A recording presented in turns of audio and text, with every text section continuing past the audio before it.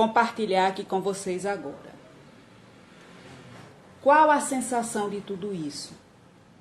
Hoje, recebíamos nossos educandos com aquela sensação de vazio, com aquele olhar de que nada sabemos. E o futuro? Que certeza! Nada sabemos que pode ou não acontecer.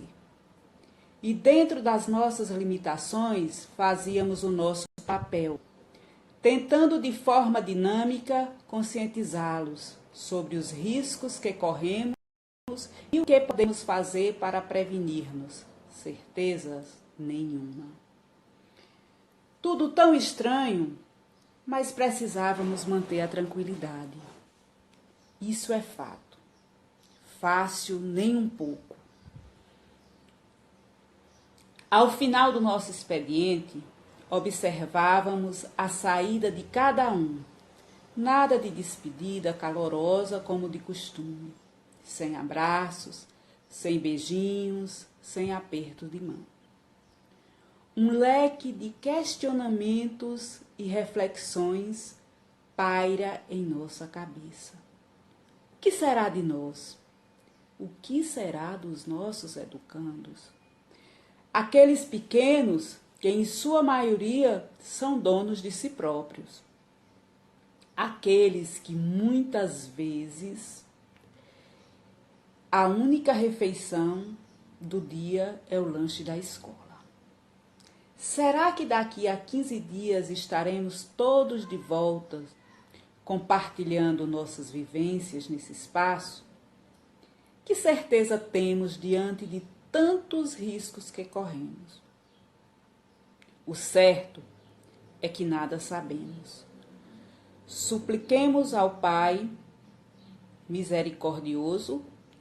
Esse texto, gente, eu recebi no grupo da escola.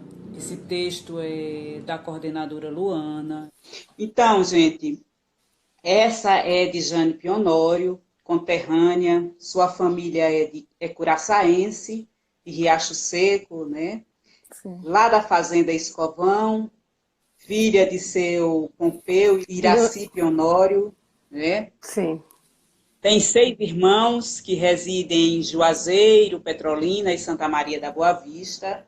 Ela nasceu em Santa Maria e hoje reside em Milão, na Itália, e está preocupada com a nossa vida, por conhecer bem a nossa realidade, pois suas raízes continuam aqui.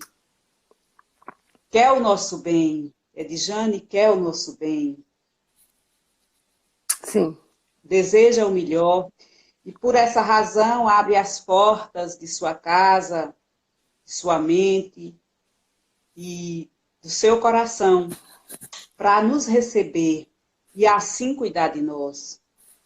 Contribuir para o nosso bem-estar, transmitindo a experiência de quem está bem próximo a pessoas onde estão sendo vitimadas, né? Que eu digo, Djane, que é um pesadelo que abate toda a humanidade. Então, obrigada, gratidão imensa por você topar estar aqui, por estar nos dando essa contribuição que é grandiosa. Então, eu só tenho a agradecer. E todas essas pessoas que estão aqui para te ouvir, porque querem ter esse contato, sair com informações. Então, muito obrigada desde já, mais uma vez. Eu não me canso de te agradecer por a sua disponibilidade, por todo esse cuidado, né? E seja bem-vinda. Eu venho agradecer. Como você já me apresentou um pouco, já vi algumas pessoas também que estão online, que é da minha família, vejo Vanderlei, tchau. Venho dizer para vocês que eu tenho agora, nesse momento, são 10 anos que eu moro aqui na Itália. Sou da região, nasci em Santa Maria da Boa Vista. Me criei, fiz meus 5 anos em Riacho Seco e depois fui para Santa Maria e morei um tempo em Juazeiro. Sou esteticista, trabalhei no Salão Face, que é da minha irmã, em Juazeiro da Bahia, e estudei em Petrolina, fiz faculdade na FSPP de Geografia. Vim para a Itália, tem 10 anos. Vou dizer para vocês que é maravilhoso viver aqui. É um país maravilhoso que me recebeu de braços abertos. E vou dizer mais, eu nunca pensei que pudesse passar por uma situação que eu estou passando hoje aqui, nesse momento. Quando Juscelia, eu ontem me pediram na Boa Vista FM, no programa Nossa Voz, um áudio que a gente pudesse contar a situação que a gente está vivendo aqui. Eles queriam pessoas de Boa Vista, para que as pessoas sentissem e vissem que pessoas pertinho de vocês, porque nós somos famílias, nós somos daí, mas vivemos aqui, estamos passando por situações que vocês ainda não estavam passando, porque a situação de vocês não está, graças a Deus, na situação que a gente está hoje, de contágio, e para que vocês possam realmente se conscientizar do que é essa pandemia, do que a gente está vivendo já dá quase um mês. E vou dizer para você o começo, um pouquinho do que a gente está vivendo, de quando começou até agora. E se vocês tiverem alguma coisa para perguntar, podem perguntar também. Se alguma coisa que vocês queiram saber que eu esqueci de falar. Tudo isso começou, a gente começou a sentir o Covid-19 em janeiro, que disseram que tinha alguns casos na China. Só que a gente se achou muito distante, era muito longe da gente. É um vírus que estava na China, então a gente achava muito longe para chegar na gente. Então a gente achou que tivesse todo mundo aqui, porque a gente estava na Itália, achando que era protegido. Isso a gente soube dia 20 de janeiro. Depois de um mês, mais ou menos, 20 de fevereiro, a gente soube que tinha uma suspeita. Um dia depois, dia 21 de fevereiro, o ministro, que aqui a gente não tem presidente, a gente tem um sistema de governo diferente. A gente não é democracia direta, é uma democracia indireta. Nós temos um presidente e o povo vai, vota, e ali escolhe um partido. A maioria que tiver mais voto, eles indicam uma pessoa para governar, para ser o ministro, mas tem um presidente em cima, que é o Mattarella, e nós somos presididos por um ministro, que é o primeiro-ministro, que chama Conte. E ele foi em rede nacional e disse que ia fechar as escolas, porque tinha um contagiado confirmado aqui nessa região, que a gente mora no norte da Itália, que é a região mais rica da Itália. Eu moro em Milão, que é a cidade mais rica da Itália. E nisso é um paizinho pequenininho, que é Codogno, é muito pequeno e deve ter uma população mais ou menos de 10 mil, 15 mil habitantes, máximo. E ali começou, quando confirmaram, e não era uma pessoa velha, é um rapaz de 38 anos, que a mulher estava grávida, que foi contagiada também ela. E nisso, no giro de uma semana, eles conseguiram, o vírus conseguiu girar em toda essa região. Em uma semana a gente tinha, eu acho que 180 contagiados confirmados.